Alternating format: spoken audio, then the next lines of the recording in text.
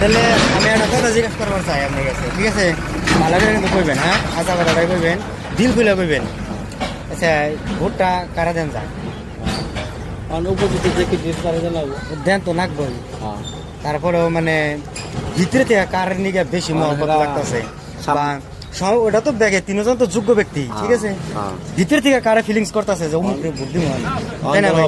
ওখান ধরো ভিত্তিতে কারের ফিনিশ করতেছে, এটা ধরো রাজি দেখবো, রাজি চিন্তাধারা করবো, কারে দেন যায়। আচ্ছা, না আপনি লুকাইলেন যে আমি কারে দিম দিম, আপনার ভিতরে কি গায় ও কেরা যাইবো, মানে জিতবো কেরা? ধরো রাজি যারা সাপোর্ট করে সেই যাইবো। ওটা কই নাই, আপনার ফিলিংসটা কইছি যে কেরা জিতুন নাকি সেটা কইছি। জিতালা ধরো তো শেরমানি জান লাগে। শেরমান, তাহলে বাইরের কথা কি?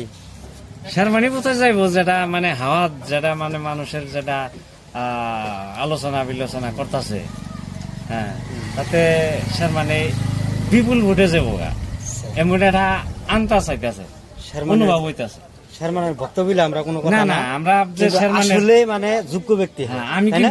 আমি কিন্তু এই শেরমানের দল করি না, আমি কিন্তু ইউডিএফ করি, বুঝছো কি? কিন্তু আমি ইউডিএফ করি, একবার জন্ম লগ্ন করে ইউডিএফ করি, কিন্তু তথাপিও এই বছরকার যেটা মানে ইলেকশনের Situation মানে। বাতাবরণ যেটা হাওয়া বইতাছে, হুম।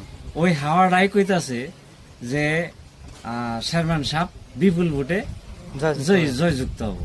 মানে ওরা কি আর থামিয়ে রাখা না, যাচ্ছে না? সম্ভবই নেই।